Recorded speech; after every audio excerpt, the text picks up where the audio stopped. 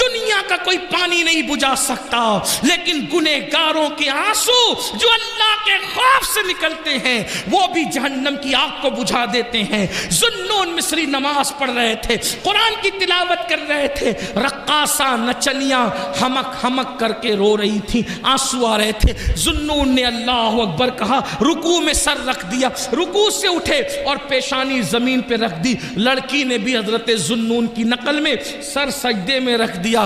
ذوالنون نے سبحان ربی الاعلیٰ زبان سے کہا اور دل سے کہا، مولا بہت محنتوں سے یہاں تک لایا ہوں، سبحان اللہ، سبحان مولا بہت محنتوں سے یہاں تک لایا ہوں، یہاں تک لانا میرا کام تھا، اس کے آگے سنبھالنا تیرے کرم پر ہے مولا۔